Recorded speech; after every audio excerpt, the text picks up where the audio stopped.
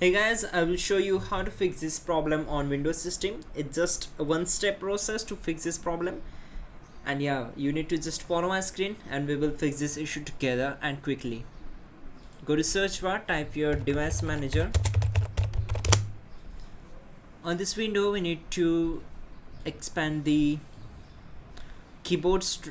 So just select it and click on this icon. On the particular driver, select properties, right click on it and select properties. Go to drivers tab, click on update driver and select the first option, search automatically for drivers. Once done, close this window.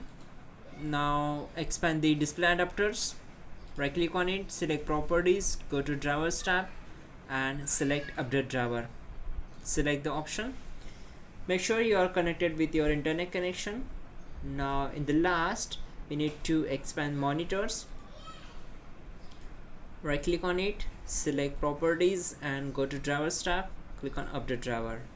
Select the search automatically for drivers option and the best drivers will be installed automatically. Now close all windows one by one and simply restart your system. You can also check out our description link to fix this issue quickly and effectively. And yeah, don't forget to like the video, subscribe to the channel.